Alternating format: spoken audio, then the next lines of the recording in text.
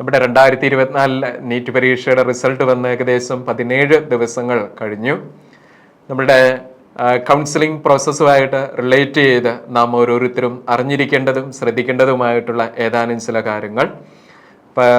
NEET result അതുമായിട്ട് relate ചെയ്ത അഭിപ്രായ വ്യത്യാസങ്ങളൊക്കെ നിലനിൽക്കുകയാണ്. സുപ്രീം കോടതിയുടെയും കേന്ദ്ര ഗവൺമെൻറ്റിൻ്റെയും ഒക്കെ ഇടപെടൽ ആ മേഖലകളിൽ ഉണ്ട്. അടുത്ത ദിവസങ്ങൾ നമ്മുടെ റീടെസ്റ്റ് നടക്കുന്ന നീറ്റ്, അതിനുശേഷമാണ് ഫൈനൽ റാങ്ക് ലിസ്റ്റ്, റാങ്കിങ്ങിൽ എന്തെങ്കിലുമൊക്കെ വ്യത്യാസങ്ങൾ. എന്നിരുന്നാലും കൗൺസിലിങ്ങുമായിട്ട് റിലേറ്റ് ചെയ്ത് നാം ഓരോരുത്തരും ശ്രദ്ധിക്കേണ്ട ഏറ്റവും പ്രധാനപ്പെട്ട കാര്യം, ഇന്ത്യയിൽ ഏകദേശം 1,00,000-ൽ പരം MBBS സീറ്റുകൾ, 28,000-ഓളം BDS സീറ്റുകൾ, അതുകൂടാതെ ആയുഷ് വിഭാഗത്തിൽ 50,000-ൽ പരം സീറ്റുകൾ, BSc നേഴ്സിങ്ങിനുള്ള സീറ്റുകൾ, ഏതാനും ചില സംസ്ഥാനങ്ങളിൽ അഡ്മിഷൻസ് നടത്തുക, അത് നീറ്റ് എൻട്രൻസ് പരീക്ഷയുടെ സ്കോറിനെ അടിസ്ഥാനമാക്കി. ഇതിൽ കൗൺസിലിംഗ് ഓൾ ഇന്ത്യ തലത്തിലുള്ളത് all India quota counselling MCC വഴിയാണ്, മെഡിക്കൽ കൗൺസിലിംഗ് കമ്മിറ്റിയാണ്. ഓരോ സംസ്ഥാനങ്ങളിലെ കൗൺസിലിംഗ് സ്റ്റേറ്റ് കോട്ട നമുക്ക് അറിയാം. ഗവൺമെൻറ് തലത്തിൽ ഏകദേശം 55,000-ഓളം MBBS സീറ്റുകളാണ് ഉള്ളത്.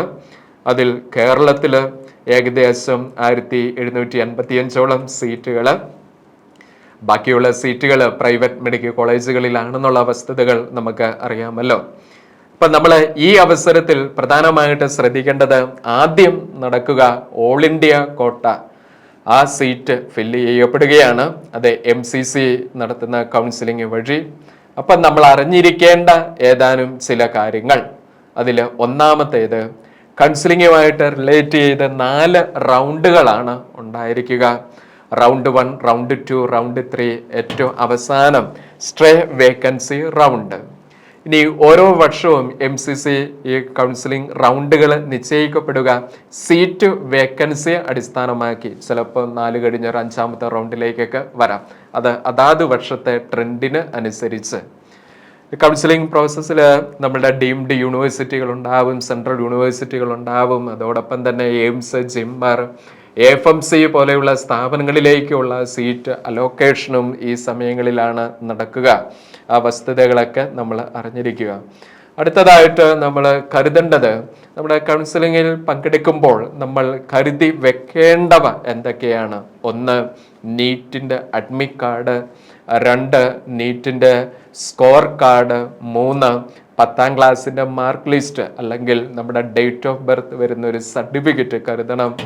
12th ബോർഡ് എക്സാമിനേഷൻ്റെ മാർക്ക് ലിസ്റ്റ് അത് കരുതി വെക്കുക.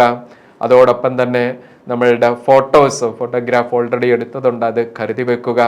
അതുകൂടാതെ ഏതെങ്കിലും റിസർവ്ഡ് കാറ്റഗറിക്കാരാണ് എങ്കിൽ അതിന് അനുയോജ്യമായിട്ടുള്ള സർട്ടിഫിക്കറ്റുകൾ നമ്മൾ കരുതി വെക്കുക. അപ്പം ഇത്രയും ഡോക്യുമെൻറ്റ്സ് നമ്മളിൽ ഉണ്ടാവുക. ഇനി MCCയുടെ ആ കൗൺസിലിംഗ് പ്രോസസ്സുകളിൽ നമ്മൾ ശ്രദ്ധിക്കേണ്ട 8 സ്റ്റെപ്പുകൾ വഴിയാണ് കൗൺസിലിംഗ് കംപ്ലീറ്റ് ചെയ്യപ്പെടുക.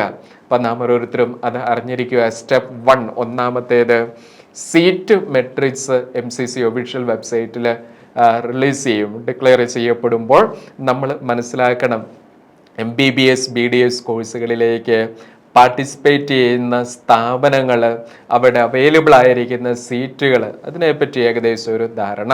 2, രജിസ്ട്രേഷൻ. നമ്മൾ ഈ MCCയുടെ കൗൺസിലിങ്ങിൽ പങ്കെടുക്കുന്നുണ്ട് എങ്കിൽ തീർച്ചയായിട്ടും നമ്മൾ രജിസ്റ്റർ ചെയ്യണം.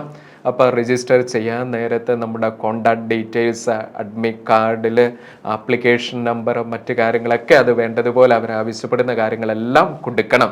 അതുപോലെ തന്നെ രജിസ്ട്രേഷൻ ഫീസ് ഉണ്ട്, അത് അടയ്ക്കണം. സെക്യൂരിറ്റി ഡെപ്പോസിറ്റ് പറയും, അത് റീഫണ്ടബിൾ ആണ് എന്നുള്ള കാര്യം അറിഞ്ഞിരിക്കുക. 3ാമത്തെ പ്രോസസ്സ് എന്ന് പറയുന്നത് ചോയ്സ് ഫില്ലിംഗ് ആണ്. ആ പ്രോസസ്സ് അത് പ്രത്യേകം ശ്രദ്ധിക്കണേ. നമ്മൾ ആ മുൻകൂട്ടി തന്നെ എല്ലാവിധ കാര്യങ്ങൾ പ്ലാൻ ചെയ്ത് ഏത് സ്ഥാപനത്തിൽ ഏത് കോഴ്സ് എന്നുള്ളത് നിശ്ചയിക്കുക.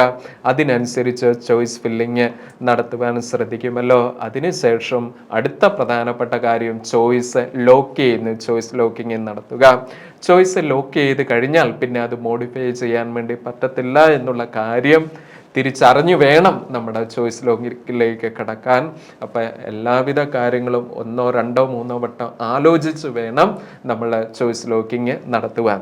5ാമത്തെ സ്റ്റെപ്പ് എന്ന് പറയുന്നത് നമ്മൾ കൊടുത്തിരിക്കുന്ന ചോയ്സുകൾ കാര്യങ്ങളൊക്കെ അതിൻ്റെ വെരിഫിക്കേഷൻ നടത്തുകയാണ്. അതായത് യൂണിവേഴ്സിറ്റികൾ. അതിനുശേഷം സീറ്റ് അലോട്ട്മെൻറ്റ് പ്രോസസ്സാണ്.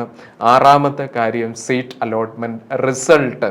നമ്മൾ പറഞ്ഞിരിക്കുന്ന നമ്മൾ പങ്കെടുത്ത കൗൺസിലിങ്ങിൽ നമ്മൾ ആഗ്രഹിച്ചതുപോലെ നമുക്ക് സീറ്റുകൾ അലോട്ട് ചെയ്ത് കിട്ടിയിട്ടുണ്ട് ഇല്ലയോ എന്നുള്ളത് നമ്മൾ മനസ്സിലാക്കുകയാണ്. ഇനി നമ്മൾ കൊടുത്തതുപോലെ ആണോ അല്ലയോ എന്നുള്ളത് നമ്മൾ ഒന്ന് നോക്കുക. എന്തെങ്കിലും ഒബ്ജക്ഷൻ ഉണ്ടെങ്കിൽ ആ സമയത്ത് പറയാം. ആദ്യം ഒരു പ്രൊവിഷണൽ സീറ്റ് അലോട്ട്മെൻറ്റ് ലിസ്റ്റാണ് പബ്ലിഷ് ചെയ്യപ്പെടുക. അതിനുശേഷം ഒബ്ജക്ഷൻ ഉണ്ട് എങ്കിൽ അത് പരിഹരിച്ചതിന് ശേഷമായിരിക്കും ഫൈനൽ റിസൾട്ട്, ആ സീറ്റ് അലോട്ട്മെൻറ്റ് റിസൾട്ട് പബ്ലിഷ് ചെയ്യപ്പെടുക. അതിനുശേഷം നമ്മുടെ ഡോക്യുമെൻ്റ് അപ്ലോഡിംഗ് ആണ് പിന്നെ നടക്കേണ്ടത്. ആദ്യം പറഞ്ഞ കാര്യങ്ങളൊക്കെ നമ്മൾ കരുതിയിട്ടുണ്ട്.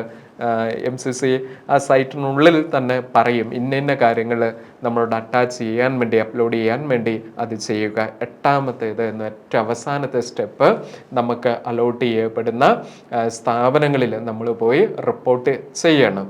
അപ്പോൾ റിപ്പോർട്ട് ചെയ്യാൻ വേണ്ടി നമ്മൾ ചെല്ലുമ്പോൾ ഒറിജിനൽ ആയിട്ടുള്ള ഡോക്യുമെൻറ്റ്സ് നമ്മൾ കരുതുക. അതോടൊപ്പം തന്നെ ആ സ്ഥാപനത്തിലെ അഡ്മിഷൻ ഫീസ് റിലേറ്റഡ് കാര്യങ്ങളൊക്കെ ഇൻഫർമേഷൻ നമുക്ക് ലഭ്യമാവും. അത് നമ്മൾ അവിടെ പേ ചെയ്യേണ്ടതായിട്ട് വരും.